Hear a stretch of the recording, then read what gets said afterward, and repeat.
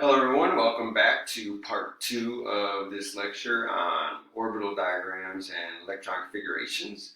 I'm going to continue with the examples. So far we have done beryllium and we have 4 electrons. Let's go ahead and we can move on to the next one. We could do, say for example, carbon. We can go to carbon. Skip a couple. So carbon has how many electrons? Carbon has 6 electrons. So here we would keep building up. So we would put 2 here in the 1s sublevel or orbital, and then we would have 2 in the 2s sublevel. So there's 4, and we have 2 electrons left over. So now we're going to start to put them in the 2p sublevel, since that's the next highest, next lowest energy level.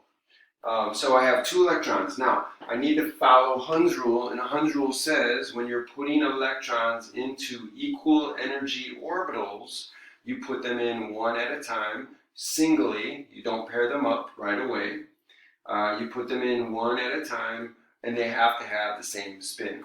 So I have 2 electrons. So I'm going to put 1 here, spin up, and then 1 there, spin up. And that's it. I used up all 6 of my electrons. So this is what the orbital diagram of carbon looks like. If you do this, right, if I ask you on a quiz or a test to write an orbital diagram and you do this, right, you're going to get it wrong, because you're not following Hund's rule. Okay, so, or if your instructor, it doesn't have to be me that's giving you the test, but your instructor is probably going to mark you wrong.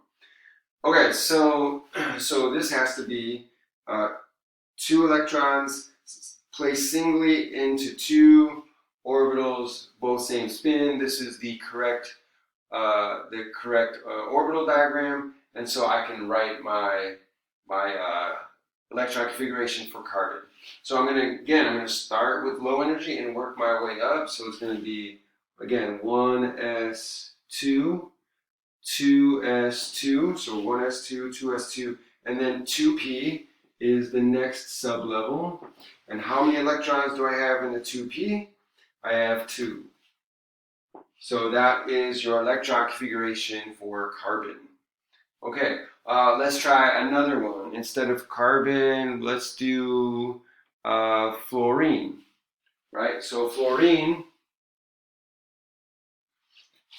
has 9 electrons in it, right? So fluorine has 9 electrons. So we're going to have to add the 9 electrons. So we have 2 here, that's 4, and we have 2, that's 6. We need 3 more to put in. So I'm following Hund's rule. So my third one goes there, spin up, and now I have extra electrons. I have 2 more electrons to put in. So now I can start pairing up. I can fit 2 electrons in each orbital, right? So I'm not done with the sublevel here. So now I can start pairing up. So I'm going to pair this one up, spin down, and I'm going to pair this one up, spin down. And so now I have my 9 electrons, and so now this is the orbital diagram for fluorine, and now from this I can write the electron configuration. So this is going to be 1s2, 2s2, right? 1s2, 2s2, and I got 2p is next. And how many electrons do I have in the 2p sublevel? 2, 4, 5. So I'm going to put P 5. Right, like that. So the electron configurations come directly from the order of the orbital diagram itself. Okay, so why don't we move it up to another one? So if we have, for example, let's take iron. Iron has 26 electrons. So I need to fill in this orbital diagram with 26 electrons until I use them all up. So okay, so let's do 26. So let's do iron. Let's put iron here. Okay, so I need I'm going to use up my 26, so I'm 2 here. So I'm going to build up. I always start at the low level and I build my way up until I use all of my electrons. So I have 2, I have 4 there, I have 6 and 8 and 9, so I have 9 here. So I have 26 total, so I have 17 more electrons to use. So I'm going to pair this one up. So that gives me 10. So 16 more electrons. So the next lowest one is the 3s. So I have 1 orbital. So spin up, spin down. That's 2. Next I have the 3p. So now I've used up 12. So I have plenty more to fill this in. So I'm going to do spin up, spin up, spin up, and then spin down, spin down, spin down. So I've paired those up. So now I've used 18 electrons, right? So I've used 18. I have 26 total. So this tells me that I have, let's see, 26 total. I've used 18, so I have 8 more to go. So 8 more electrons to go. So the next lowest energy level is the 4s. So I've got spin up, spin down. Okay, so now I have 6 more to go. So this is 20, I have 26. Now I'm going to jump to the 3D. So the 3D is next, it's the next lowest in energy. So notice that they're all equal energy.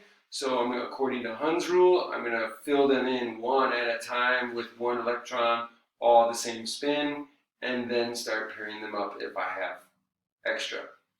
Okay, so I have 6 left over. I have 1, spin up, 2, spin up 3, spin up 4, spin up 5. I have 1 left over, so I'm going to put spin down 6. So this would be the orbital diagram for iron. So you would write this down for the orbital diagram for iron, and then from this you write down the electron configuration.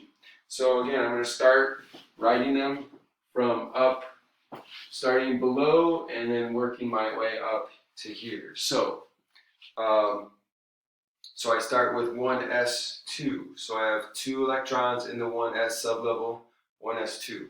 I have 2 electrons in the 2s sublevel, 2s2. I have 6 electrons in the 2p. So I write 2p for that sublevel, and I write 6 for the 6 electrons. And then next is 3s. So I write that sublevel 3s. And then I write the 2 electrons that we find in that orbital. And then we're going to move to the next higher one is 3p. So we write 3p. And again, we have 6 electrons in that sublevel, so it's going to be 6. And then the next one is the 4s. So I write 4s. And then I have 2 electrons in the 4s, so I put 2. And then the last one is the 3d, so I write 3d. And I have 6 electrons total, so I write 6 superscript. So then this is the electron configuration for this orbital diagram. So the interesting thing, and you could do this for any element, right? So if I had 36 electrons, then I would have to go up to 36, and this does not stop here. So I have the 5p, then I have the 6s, and then I have the 5f, and so it keeps going. I didn't have enough room on my board to write it all, but as long as you know the order of the sublevels and you follow the Hund's rule and you follow Pauli Exclusion Principle and Aufbau Principle, you should be able to fill in your orbital diagram properly with the number of electrons you have. And then from there you can get your electron configuration just by writing down in order from lowest to highest energy, writing down the sublevels and the number of electrons in each of those sublevels as you go along. Okay. So that is electron configuration and orbital diagrams. What I want to kind of go over really quickly is a simple way of memorizing this, right? So I myself, I just know the order because I've done it so many times, but what helped me out was a little trick that I learned way back in high school, and it's in the textbook that we're using. So if you write down the sublevels, the energy levels and the sublevels at that energy level in rows, right? So we have 1s, and then the second energy level has a 2s and a 2p, and the third energy level has a 3s and a 3p and a 3d, right? And so then the 4s has, the fourth energy level has a 4s, 4p, 4d, and 4f, right? And then the 5s, or the fifth energy level has 5s, 5p, 5d, and 5f. Now, it stops there, but we could hypothetically keep going, right? We usually don't, but we could keep going. There might be a 5g there, right? I'll put parentheses around it because that's not in the textbook. And then you got 6s, 6p, 6d, and you got 6f. It usually stops here, but we could do 6g followed by 6 A, B, C, D, F, G, H, right, and so on. And then you have 7s, right? I think it stops there. 7s, 7p, 7d, right? And so on. We'll have 7f. And then you have 8s. And you could keep going, right? So if you write this out, we usually stop at F. So this is your chart, if you will. And then what you can do is you just write diagonal arrows going through. And the arrows point in the direction that you're going to go in the order that you're going to fill in your orbitals. So notice that I'm going through diagonally. So I'm just keeping the diagonal arrows, right? So I'm going to do this way. So I'm going diagonally through here, and then diagonally through here. Sorry, but it's not lined up quite right. So like that. And so like that. So you're going through, so the arrows are telling you the order. So if I follow the arrows, I'd write 1s, that'd be 2, followed by 2s, so I come back down there, it goes through the 2, so 2s, 2, and I keep going, so next is 2p and 3s, so 2p, 6, followed by 3s, and that would be 2 maximum, right? So we're doing that, and then I come back up here, and then followed by the 3s is the 3p, right? So I do 3p, 6, and then I'm going to do 4s. 4s comes after the 3p, according to the arrow, so 4s, 2. And then I come back up here, and now it's 3d, and then 4p, 5s, so that would be 3d,